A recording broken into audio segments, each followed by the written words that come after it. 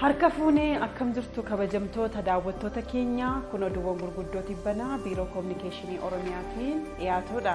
Oduuwwan keenya gurguddoo tibbanaan dhimmoota siyaasa dinagdee fi hawaasummaa kan biyyaa fi kan naannoo qabannee dhiyaanneerraa nu waliin tura. Ijaarsaa fi guddina biyyaa mirkaneessuu keessatti gumaachi hayyootaa olaanaadha jedhame. Magaalotaa fi godinaalee Oromiyaa garaagaraa keessatti mareen guddina biyyaa fi gahee hayyootaa irratti xiyyeeffatee gaggeeffamaa jira.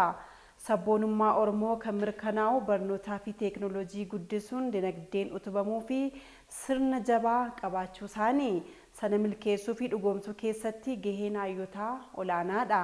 Mareen kunis gaggeeffamuu kan eegale torban kana keessa. Sirni walharkaa fuudhiinsa Baallii Gadaa Booranaa haaromsaan booda gaggeeffamaa jira.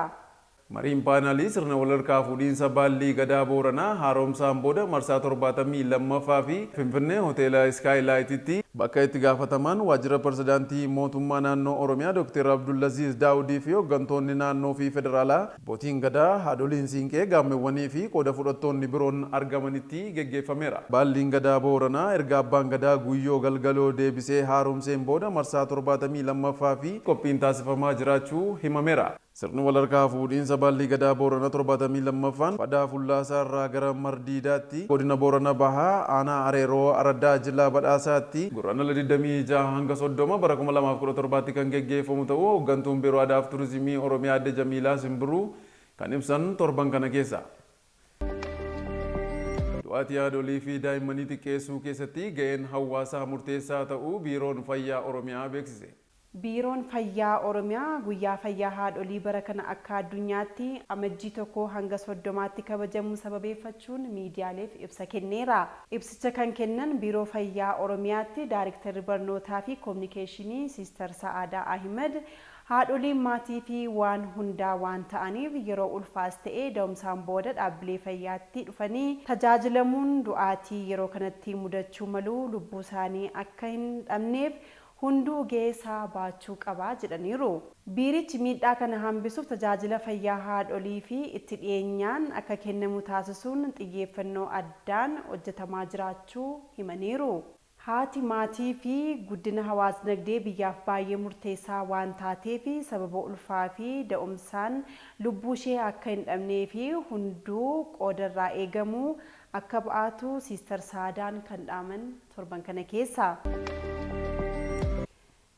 Ijaarsi mana barumsaa ifa boruu bultii addaa Walisoo sadarkaa lammaffaa qarshii biiliyoona 1 oliin baatii 7 keessatti ijaaramee xumuramuu eegale. Ministeera barnootaa Itiyoophiyaa Profeesar Biraanuu Naggaa fi hoogganaan biiroo barnootaa Oromiyaa Dr. Tolaa Bariisoo godina Shawaa Kibba Lixaa aanaa Wallisoo ganda Obbii Kojiitti mana barumsaa ifa boruu bultii addaa Wallisoo birrii biiliyoona 1.27 ijaaramuu ijaarsa isaa jalqabsiisan.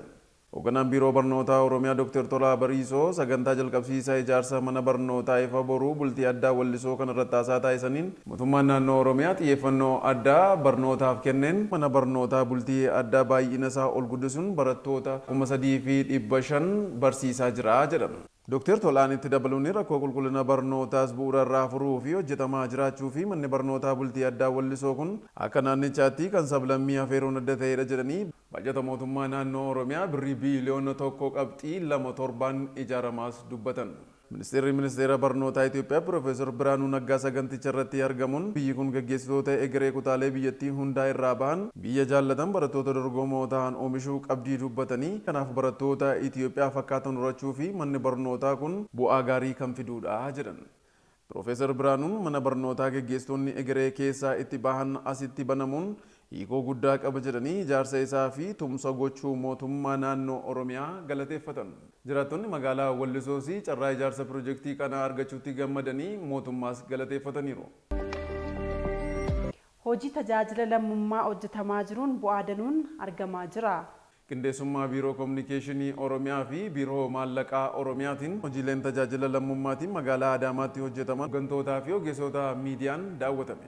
Sagantaa daawwannaa kanarratti argamuun haasaa kan taasisan hoogganaa itti aanaan biiroo koominikeeshinii Oromiyaa Basheetuu Sirneessaa tajaajila lammummaatiin hojii bal'aan hojjetamaa jiraachuu ibsanii iddoowwan uwwisa tajaajila mootummaa dhaqqabamaa hin taanetti hanqina jiru guutuun misoomni roga hundaan akka itti fufuu taasifamaa jira jedhan.